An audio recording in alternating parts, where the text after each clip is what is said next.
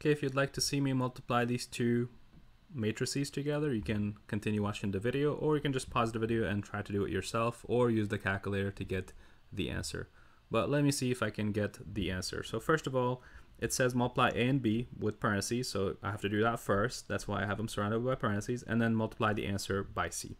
So I'm gonna multiply A and B together, and here we go. So multiply the first row with the first column to get the answer that goes in the first row. And then I'm gonna multiply the first row with the second column, and so on. So 3 times 1 is gonna be 3, and 5 times -3 is gonna be -10. That's gonna give me the answer that goes into the first row, first column.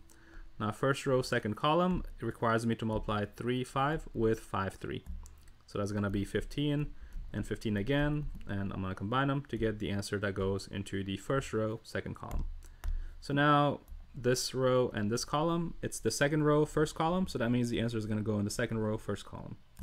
The answer is gonna be -2, and then 4 times -2 is gonna be -8. And finally, the last one is gonna be the bottom row with the last column. So -2 times 5 is gonna be -10, and then 4 times 3 is gonna be 12, and we just add them up, and that's basically the end of that one.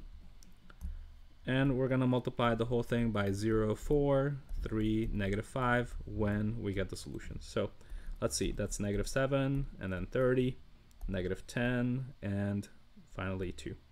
So that matrix has to get multiplied with 0, 4, 3, and -5.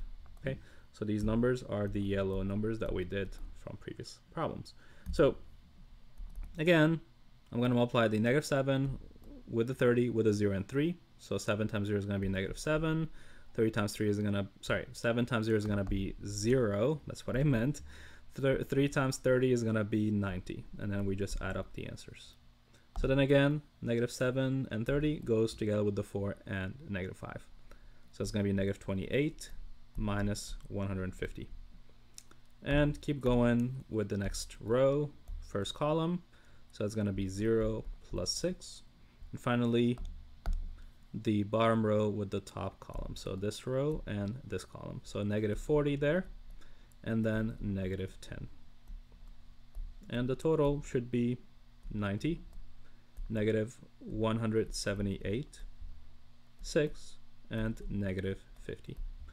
Obviously, I could have saved a lot of time by just plugging the numbers into the calculator, but I just want to show you how we can do products of matrices by hand. Okay, again, with the bottom one, just be careful. You're going to be adding the two matrices first. When you add them up, B and C gives you the numbers 1, 9, 1, -2. And then finally, you're going to perform the product afterwards, because that's what it wants you to do. And the product gives me 8, 17, 2, and -26.